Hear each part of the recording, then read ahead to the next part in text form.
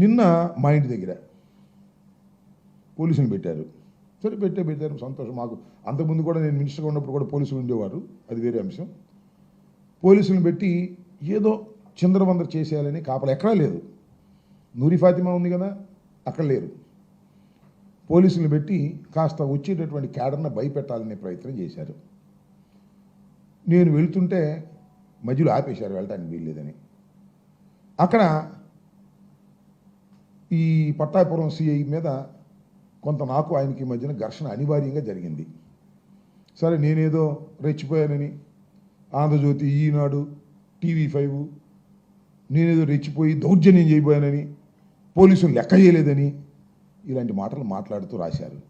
ఈనాడైతే దాని దుంపదగ, దాని స్టాండర్డ్స్ ఇదివరకు బాగుండేవి, ఎంత దౌర్భాగ్యమైనటువంటి స్టాండర్డ్స్కి వెళ్ళిపోయినాయంటే నిన్న ఫ్లాష్ న్యూస్ వేశారు ఈనాడులో.